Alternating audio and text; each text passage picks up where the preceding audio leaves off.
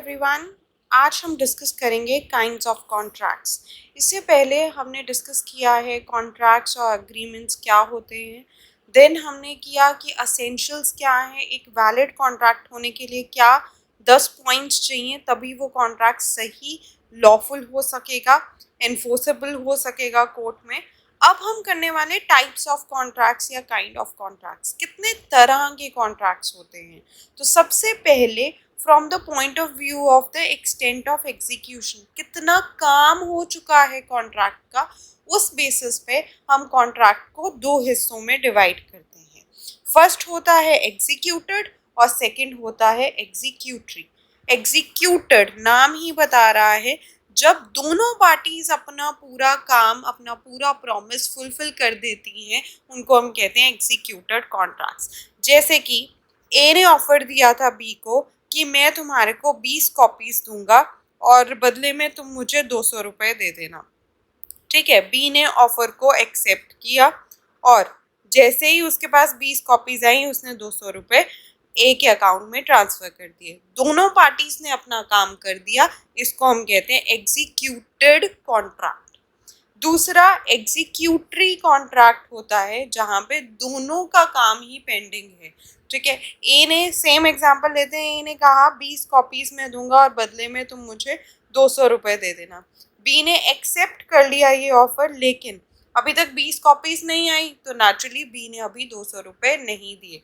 दोनों के पार्ट पे अपना काम करना अभी बाकी है, उसको हम कहते हैं एग्जीक्यूटरी कॉन्ट्रैक्ट। जो फ्यूचर के कॉन्ट्रैक्ट्स होते हैं, जो आने वाले टाइम में कॉन्ट्रैक्ट होने हैं, जो प्रॉमिस फुलफिल होने हैं, उनको हम कहते हैं एग्जीक्यूटरी, क्योंकि अभी वो काम हुआ नहीं है। तो इस तरीके से हम कॉन्ट्रैक्ट्स को डिवाइड करते हैं। इसके अलावा कॉन्ट्रैक्ट्स को हम कैसे डिवाइड कर सकते हैं, from the point of view of enforceability. Law में कॉन्ट्रैक्ट इन्फोर्सेबल है या नहीं है। इन्फोर्सेबल का मतलब कि जब सपोज अगर हमारे पास कुछ प्रॉब्लम आ जाएगी, कॉन्ट्रैक्ट हम जैसे हमने कॉन्ट्रैक्ट में एंटर तो कर लिया, लेकिन किसी और ने हमारा प्रॉमिस फुलफिल नहीं किया, तो उस केस में क्या हम लॉ में जो है कुछ कंपनसेशन ले पाएंगे या नहीं ले पाएंगे, उसको हम कहते हैं कि लॉ में वो कॉन्ट्रैक्ट एनफोर्सेबल होगा या नहीं होगा। वो तभी होगा, तभी हमें कंपनसेशन मिलेगा, या दूसरी पार्टी को पनिशमेंट तभी मिलेगी अगर वो कॉन्ट्रैक्ट सही कॉन्ट्रैक्ट होगा। तो एनफोर्सेबिलिटी के बेसिस पे हम 5 तरीके से डिवाइड करते हैं कॉन्ट्रैक्ट्स को। सबसे पहला तरीका है वैलिड कॉन्ट्रैक्ट। वैलिड कॉन्ट्रैक्ट मतलब वो कॉन्ट्रैक्ट जिसमें 10 एसेंशियल्स जो हमने किए थे, अगर वो फुलफिल हो जाते हैं, कि कॉन्ट्रैक्ट में ऑफर भी है, एक्सेप्टेंस भी है, कंसिडरेशन भी है, दोनों पार्टीज जो हैं कॉम्पिटेंट हैं कॉन्ट्रैक्ट करने में। ठीक है, कुछ इलीगैलिटी नहीं है, कुछ इम्पॉसिबिलिटी नहीं है कॉन्ट्रैक्ट करने में। ठीक है, तो वो 10 पॉइंट अगर फुलफिल हो रहे हैं, तो हम उसको कहते हैं कि ये वैलिड कॉन्ट्रैक्ट है, इन्फोर्सेबल बाय लॉ है। अगर एक भी पार्टी अब मुकरी, तो फिर आप जाके कोर्ट में उसको कंपनसेशन के लिए आस्क कर सकते हो। ठीक है, आप उसको पनिशमेंट दिला सकते हो। तो वो होते हैं वैलिड कॉन्ट्रैक्ट्स। दूसरे होते हैं वॉइड कॉन्ट्रैक्ट। वॉइड कॉन्ट्रैक्ट भी हमने किया था एसेंशियल्स में ही। वॉइड कॉन्ट्रैक्ट को हम कहते हैं यूजलेस कॉन्ट्रैक्ट, जिसका कोई मतलब नहीं है। लॉ ने कहा कि अगर कॉन्ट्रैक्ट इम्पॉसिबल है, अगर कोई इंसान आपको आके कह रहा है कि वो आपको जो है आपके किसी परिवार में जिसकी डेथ हो चुकी है उसको दोबारा से अलाइव कर देगा और बदले में 4 लाख रुपए देगा, तो ये आपको पता है कि दिस इज इम्पॉसिबल, ये नहीं हो सकता। तो ऐसे कॉन्ट्रैक्ट में अगर आप एंटर करते हो और आप उसको पैसे दे देते हो, अब आप कह रहे हो कि उसने तो आपके जो डेड पर्सन था उसको अलाइव नहीं किया, अब आप कोर्ट में जाते हो तो कोर्ट भी उसमें कुछ नहीं कर पाएगी। कोर्ट क्या कहेगी, ये तो वॉइड कॉन्ट्रैक्ट था, ये तो इम्पॉसिबल था, ये तो यूजलेस कॉन्ट्रैक्ट था, इसमें कोर्ट भी आपको पैसे नहीं दिला पाएगी, क्योंकि पहले ही कोर्ट ने कहा है कि जब भी आप कॉन्ट्रैक्ट में एंटर करते हो तो आपको देखना पड़ेगा कि ऐसा कॉन्ट्रैक्ट तो नहीं है कि जो कि इम्पॉसिबल हो। ठीक है, तो वो कॉन्ट्रैक्ट्स जो इम्पॉसिबल होते हैं, या वो कॉन्ट्रैक्ट्स जिसमें आप किसी की शादी को रुकवा रहे हो, या माइनर के साथ किया गया अग्रीमेंट, ठीक है, तो इस तरीके से कोर्ट ने बताया है कि कुछ कॉन्ट्रैक्ट्स और अग्रीमेंट्स वॉइड होते हैं, यूजलेस होते हैं, जिसका कोर्ट में कोई मतलब नहीं है। आप उन कॉन्ट्रैक्ट्स में एंटर ना करें, अगर आप करते हैं तो वो आपके लिए ही नुकसानदायक होगा। तो वो कॉन्ट्रैक्ट्स को हम कहते हैं वॉइड कॉन्ट्रैक्ट्स। इसके ऊपर पूरा फुल फ्लेज्ड टॉपिक हम पढ़ेंगे। थर्ड होते हैं वॉइडेबल कॉन्ट्रैक्ट्स। वॉइडेबल कॉन्ट्रैक्ट्स मतलब क्या है, अब देखिए, एक एग्जांपल के तौर पे समझते हैं। दो पार्टीज थी, ए और बी। ए ने कहा कि बी को कि तुम अपनी प्रॉपर्टी मेरे नाम पे कर दो, ठीक है, और मैं बदले में तुम्हारे को जो है 8 लाख रुपए दूंगा, ठीक है। बी ने किसी भी तरीके से उस प्रॉपर्टी के पेपर्स पे साइन कर दिए, ठीक है, बी के सिग्नेचर हैं उस प्रॉपर्टी में। अब जब एक्चुअल में ए ने बी की प्रॉपर्टी पे कब्जा करने की कोशिश की, अब बी कोर्ट में चला गया। बी ने कोर्ट में कहा कि मुझे तो ये कॉन्ट्रैक्ट करना ही नहीं था। अब कोर्ट कहेगा कि तुम्हारे साइन है उस पे, मतलब तुमने एक्चुअल में वो कॉन्ट्रैक्ट करने के लिए अपनी सहमति दी है, एक्सेप्टेंस दी है, तो नेचुरली आप तुम्हारे साइन कैसे हुए। और अगर बी ये प्रूव कर देता है कोर्ट में कि उसके जो साइन है वो उससे ज़बरदस्ती लिए गए, ठीक है, या ए ने उसके बेटे को किडनैप कर लिया था इसीलिए उसने जो है साइन किए प्रॉपर्टी के पेपर में, लेकिन बी एक्चुअल में ये कॉन्ट्रैक्ट को साइन नहीं करना चाहता था, बी एक्सेप्टेंस नहीं देना चाहता था।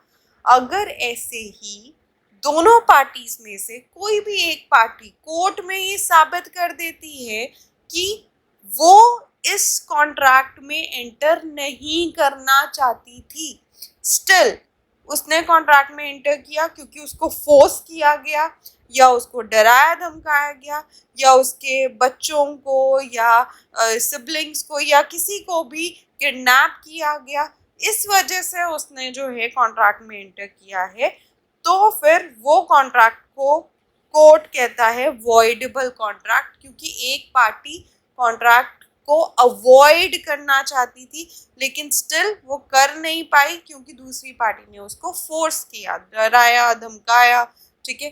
तो इस वजह से वो कॉन्ट्रैक्ट भी वैलिड कॉन्ट्रैक्ट नहीं होते। तो दैट मीन्स कि कोर्ट जो है कह देगी कि अगर बी ने यहाँ पे साबित कर दिया कि सिग्नेचर उसने होशोहवास में नहीं दिए, मन से नहीं दिए, ठीक है, तो कोर्ट क्या कहेगी कि ठीक है, बी की प्रॉपर्टी ए के पास नहीं जाएगी। तो ऐसे कॉन्ट्रैक्ट्स जिसमें एक पार्टी मना करने वाली होती है, एक्सेप्ट नहीं करना चाहती होती ऑफर, फिर भी उसको जबरदस्ती ऑफर को एक्सेप्ट करवाया जाता है, वो कॉन्ट्रैक्ट्स होते हैं वॉइडेबल कॉन्ट्रैक्ट्स। नेक्स्ट फोर्थ है अनएनफोर्सेबल कॉन्ट्रैक्ट्स।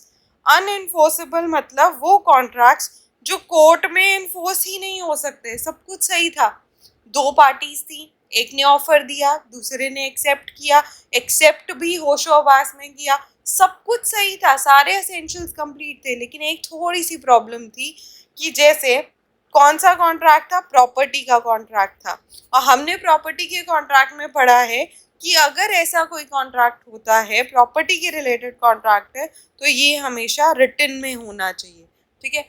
लेकिन छोटी सी प्रॉब्लम ये थी कि ए ने बी को पूरा कॉन्ट्रैक्ट तो किया, ऑफर तो दिया, लेकिन फ़ोन पे ही बोला कि मैं तुम्हारी प्रॉपर्टी खरीदना चाहता हूँ, रजिस्ट्री करवाना चाहता हूँ, ठीक है, इतने रुपए मैं दे दूंगा, तुम्हारी प्रॉपर्टी मेरे नाम कर देना। बी ने कहा ठीक है, मेरी प्रॉपर्टी तुम्हारे नाम हुई, ए ने पैसे भी दे दिए। ये सब कुछ ऑरली हो गया, टेलीफोनिकली हो गया, रिटन में कोई पेपर नहीं तैयार हुए। अब ये जो कॉन्ट्रैक्ट है, क्योंकि कोर्ट हमेशा लॉ जो कहता है कि प्रॉपर्टी के जो भी कॉन्ट्रैक्ट्स हैं वो रिटन में होने चाहिए, और यहाँ पे यही टेक्निकल पॉइंट मिसिंग था, इसीलिए अगर पैसे ए ने दे भी दिए बी को, अब जो है कॉन्ट्रैक्ट फिर भी वैलिड नहीं है। क्यों नहीं है? क्योंकि लॉ में पहले ही बताया गया है कि ऐसे कॉन्ट्रैक्ट्स रिटन में होने चाहिए।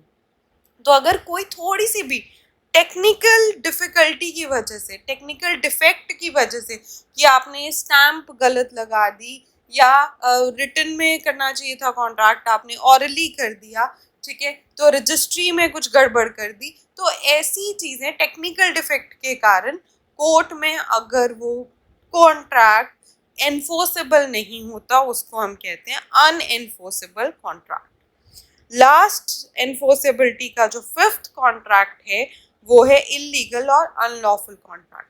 अब इसमें भी ए ने कहा कि तुम जो है सी के सन को किडनैप कर लो, ठीक है, और बदले में मैं तुम्हारे को 50,000 रुपये दूंगा। बी अग्री कर गया, बी ने कहा ठीक है मैं सी के बच्चे को किडनैप कर दूंगा तो मुझे 50,000 दे देना। अब यहाँ पे एक ने ऑफर दिया, दूसरे ने एक्सेप्ट किया, कंसिडरेशन भी था, एक ने को किडनैप करना था और दूसरे को पैसे मिलने थे, तो सब कुछ था, लेकिन स्टिल ये कॉन्ट्रैक्ट वैलिड नहीं है, सही नहीं है। क्यों? क्योंकि जो पर्पस है कॉन्ट्रैक्ट का वो है इलीगल, ठीक है। तो किसी को किडनैप करना, मर्डर का कॉन्ट्रैक्ट बनाना, ठीक है, स्मगलिंग करना, ये सारे कॉन्ट्रैक्ट्स जो हैं लॉ के अगेंस्ट है, तो इसको हम कहते हैं इलीगल या अनलॉफुल कॉन्ट्रैक्ट्स। तो चाहे बाकी सारी चीज़ें हों, स्टिल ये कॉन्ट्रैक्ट जो है वो वैलिड कॉन्ट्रैक्ट नहीं है, लॉ में इन्फोर्स नहीं हो सकता। तो यानी कि अगर यहाँ पे बी ने सी के बच्चे को किडनैप कर लिया और बाद में ए से पैसे मांगे और ए कहे कि मैं तो दे नहीं रहा 50,000, तो बी कोर्ट में जाके ये नहीं कह सकता कि मैंने तो कॉन्ट्रैक्ट किया था, मैंने तो एक्सेप्ट किया था ऑफर, ठीक है, मैंने सी के बच्चे को किडनैप भी किया है, अब मैं इसको 50,000 रुपये दिलवाओ, क्योंकि ये जो ए है ये अपने प्रॉमिस को फुलफिल नहीं कर रहा, उसमें कोर्ट कुछ भी नहीं करेगा क्योंकि ये इलीगल कॉन्ट्रैक्ट है। तो ये तरीके के 5 तरीके के कॉन्ट्रैक्ट्स होते हैं जो कोर्ट में एनफोर्सेबिलिटी के टाइप्स होते हैं। नेक्स्ट तरीके के कॉन्ट्रैक्ट्स क्या है, जो कि from the point of view of mode of creation, कैसे बने हैं ये कॉन्ट्रैक्ट्स, उस बेसिस पे हम इनको डिवाइड करते हैं अलग अलग हिस्सों में। 3 हिस्सों में इन चीज़ों को डिवाइड किया जाता है। फर्स्ट है एक्सप्रेस कॉन्ट्रैक्ट्स। एक्सप्रेस कॉन्ट्रैक्ट जैसे नाम ही बता रहा है, जिसमें हम बोल के बता देते हैं या लिख के बता देते, एक्सप्रेस कर दिया हमने। ए ने बी को रिटर्न में दिया that I offer 20 pence to you for ₹200। मैं तुम्हारे को ऑफर करता हूँ कि मैं 20 पेन दूंगा और बदले में तुम मुझे 200 रुपये देना, ठीक है। तो वर्ड्स जो हैं चाहे वो बोले गए हों चाहे वो रिटर्न में हो, ठीक है, बी ने एक्सेप्टेंस दी, चाहे अगेन फोन में जो है फोन करके वो एक्सेप्टेंस दी या फिर राइटिंग में एक्सेप्टेंस दी, इनको हम कहते हैं एक्सप्रेस कॉन्ट्रैक्ट्स, ठीक है। तो ये इस तरीके के कॉन्ट्रैक्ट्स भी हो सकते हैं जिसमें हम वर्ड्स के थ्रू बोल रहे हैं, ठीक है, या लिख के बता रहे हैं। दूसरे होते हैं इम्प्लाइड कॉन्ट्रैक्ट। इम्प्लाइड का मतलब क्या है, हमने वर्ड्स यूज नहीं किए, हमने ना बोला ना लिखा, फिर भी कॉन्ट्रैक्ट जो है दोनों पार्टीज कॉन्ट्रैक्ट में एंटर हो गई। जैसे आप रेस्टोरेंट में गए, आपने रेस्टोरेंट में खाना ऑर्डर कर दिया, अब कोई आपसे कॉन्ट्रैक्ट साइन नहीं हुआ, रेस्टोरेंट ओनर ने आपको आके बताया नहीं कि आप खाना ऑर्डर कर रहे हो तो आपको पैसे देने पड़ेंगे, ये बट ऑब्वियस है, बिना वर्ड्स के ही लॉ क्या कहता है कि आप कॉन्ट्रैक्ट में आ जाते हो अगर आपने ये चीज़ कर ली है। अगर आपने रेस्टोरेंट में खाना ऑर्डर कर दिया है तो आपको पैसे देने ही पड़ेंगे, दिस इज इम्प्लाइड। ना आपको रिटर्न में लिख के किसी ने दिया ना आपको बोला, पर ये इम्प्लाइड है, पता ही है, ठीक है। क्यों पता है? क्योंकि लॉ ने बताया है, ठीक है, लॉ के अकॉर्डिंग ऐसा होना ही होना है। इसके अलावा सपोज आप रेलवे स्टेशन पे हो, ठीक है, वहाँ पे आपका जो लगेज है वो कैरी करने के लिए यूनिफॉर्म में अगर कुली आ रहा है, उसने आपका लगेज उठाया, आपने उसको कुछ मना नहीं किया, तो आपका लगेज जो है बाहर तक ले गया। अब ये आपकी ड्यूटी है, आप कॉन्ट्रैक्ट में एंटर हो चुके हो, ठीक है, ये इम्प्लाइड कॉन्ट्रैक्ट है कि आपको अब उसकी मेहनत के पैसे उसको देने पड़ेंगे। तो ये सारी चीज़ें जहाँ पे वर्ड्स यूज नहीं हुए लेकिन लॉ के अकॉर्डिंग आप एंटर कर चुके हो कॉन्ट्रैक्ट में, उसको हम कहते हैं इम्प्लाइड कॉन्ट्रैक्ट। थर्ड है कंस्ट्रक्टिव और क्वाजी कॉन्ट्रैक्ट्स। इसका मतलब क्या है, कई बार कॉन्ट्रैक्ट ना एक्सप्रेस होता है ना इम्प्लाइड होता है, फिर भी लॉ कहता है, कोर्ट कहता है कि ये कुछ अलग तरीके के स्पेशल सर्कमस्टांसेस के स्पेशल सर्कमस्टांसेस हैं जिसकी वजह से आप कॉन्ट्रैक्ट में आ चुके हो, आपको पता भी नहीं है। जैसे आप रास्ते में जा रहे हो, वहाँ पे रोड पे आपको पैसे गिरे हुए मिले, आपने वो पैसे उठा लिए, कोर्ट कहता है, लॉ कहता है कि अब आपकी ड्यूटी है कि उस पर्सन को ढूंढना जिसके वो पैसे हैं, या आपको कोई चीज़ मिली, वो जिसकी चीज़ है, आप एक कॉन्ट्रैक्ट में हो कि आपको वो पर्सन ढूंढना पड़ेगा जिसकी वो चीज़ है। हाँ, अगर वो बहुत ढूंढने के बाद भी पर्सन नहीं मिलता तो फिर आप वो चीज़ अपने पास रख सकते हो। ठीक है, तो वो होते कॉजी कॉन्ट्रैक्ट की, ना किसी ने वर्ड्स यूज़ किए कॉन्ट्रैक्ट में आने के लिए, ना वो इम्प्लाइड था, पर लॉ के द्वारा कुछ स्पेशल सर्कमस्टांसेस के कारण आप कॉन्ट्रैक्ट में एंटर कर चुके हो और आपको अब वो चीज़ें करनी चाहिए। प्रैक्टिकली वो होता है नहीं होता है वो अलग बात है, लेकिन क्वाजी कॉन्ट्रैक्ट वही होते हैं कि स्पेशल सर्कमस्टांसेस कॉन्ट्रैक्ट्स हम कहते हैं, कि जिसमें आपको जैसे रास्ते में अगर कोई चीज़ मिल गई तो आपको ढूंढना चाहिए कि उसका ट्रू ओनर कौन है। अगर नहीं मिलता फिर वो चीज़ आप अपने पास रख सकते हो, उसके बाद भी अगर ट्रू ओनर आपके पास आता है तो आपको वो चीज़ उसको वापस देनी पड़ेगी, क्योंकि वो चीज़ का असली हकदार वही ओनर ही है। तो अगेन क्वाजी कॉन्ट्रैक्ट को बहुत ही अच्छे डिटेल में हम आगे जाके पढ़ेंगे। तो ये सारे जो हैं काइंड्स ऑफ कॉन्ट्रैक्ट्स हैं, ये इतने तरीके के कॉन्ट्रैक्ट्स जो हैं होते हैं बिजनेस लॉ में। सो आई होप आज का टॉपिक आपको क्लियर होगा। Thank you. ऐसे ही बिजनेस लॉ के बाकी वीडियोस के लिए सब्सक्राइब कीजिए बिजनेस टेल्स को।